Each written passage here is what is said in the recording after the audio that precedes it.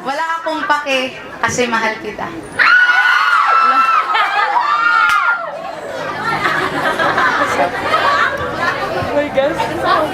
Hindi malilimutan kung paano nag-umpisa ang kwento nating dalawa na nagsimula sa ano nga ba?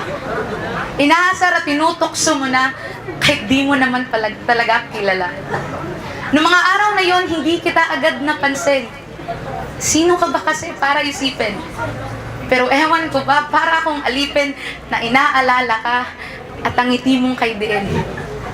Saan, paano at kailan? Yan ang tanong ko na walang kasagutan, na di malaman-laman ng dahilan kung bakit ikaw, oo ikaw, laging nasa isipan.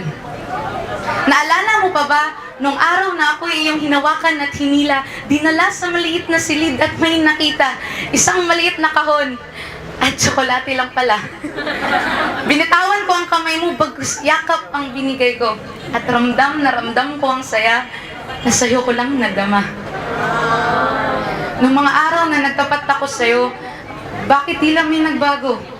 Mga matay di makatingin ng diretsyo. Okay lang ba tayo? Tanong ko. Mga araw ay lumipas, pero pag-ibig ko sa'yo, di pa rin kumukupas. Na pag nakikita ka, puso ko tumatakbo, kumakaripas, na gusto kong makasama ka na para bang walang bukas.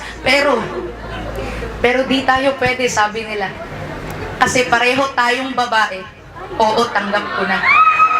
Pero hindi ako titigil at patuloy akong aasa. Kasi wala akong pake. Kasi mahal kita.